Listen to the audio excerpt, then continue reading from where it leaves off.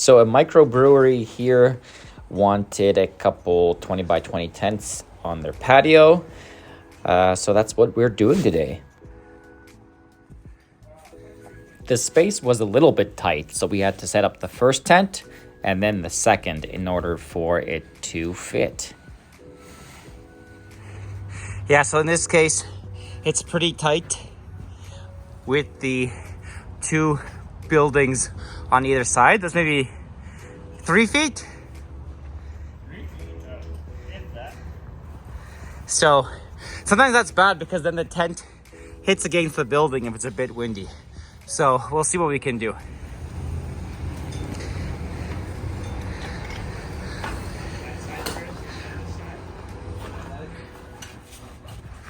Yeah, we noticed some spots here that are a bit dirty, so we're quickly wiping them.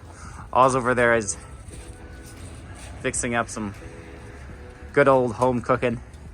What? Food? Of course, so these are two 20 by 20s. In the winter time for frame tents, we mostly only do the 20 by 20s because they're a bit better with snow load. You're like pulling the tent tops a little less.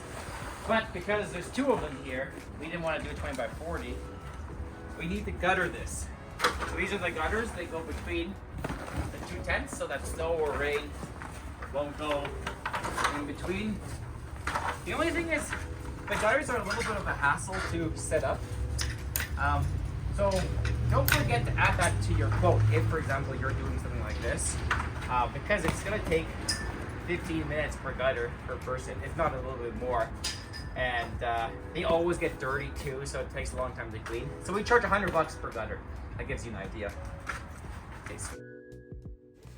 Picnic tables were a bit annoying because there wasn't really enough space for them to be set aside. So we had to kind of set up one tent and put some of the picnic tables inside so that there's room for the other tent. There's quite a few of these picnic tables.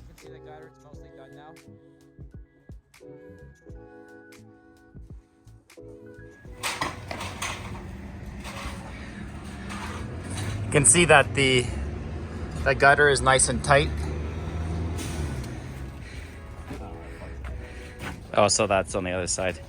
But I think that was originally messed up then? No, it came out accidentally while I was pulling it. Oh, okay. I'll fix that.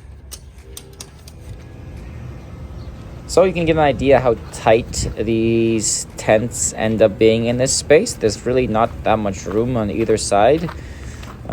So it's a little bit of a challenge, but we want to provide kind of solutions to customers. We want to kind of be problem solvers. We enjoy that.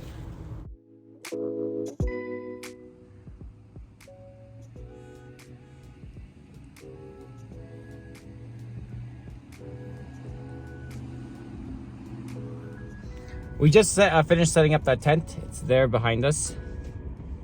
Some things to consider. Access. This is uptown, downtown, here in town. Sometimes there's an alley here. Natalie? An alley. Oh, alley. I was like, Natalie? I don't know. I was, yeah, now people are starting to park. He wasn't here when. Yeah. So that's the crazy. That's in downtown, truck and trailer.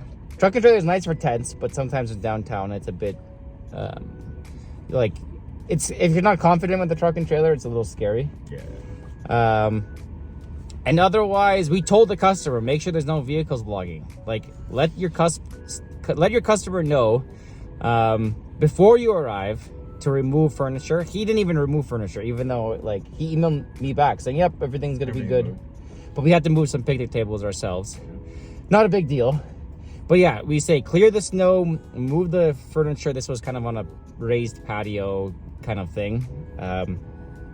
And we say make sure there's no vehicles parked where we want to park. Like we want access close to the tent setup, so we can go as close as possible. So we got to make sure that there's no vehicles. We always tell them that for setup and takedown. A lot of times they don't care about us on takedown. Yeah. They stop doing everything that you asked for.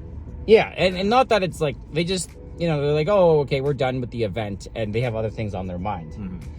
So make sure you inform them about takedown as well, and that's going to help your takedown, your setup, when the customer knows maybe 1 or 2 days before about all these things. So you can put it in your contract, but you have to remind them, and that's going to make your life a bit easier. So that's a tip there for you guys.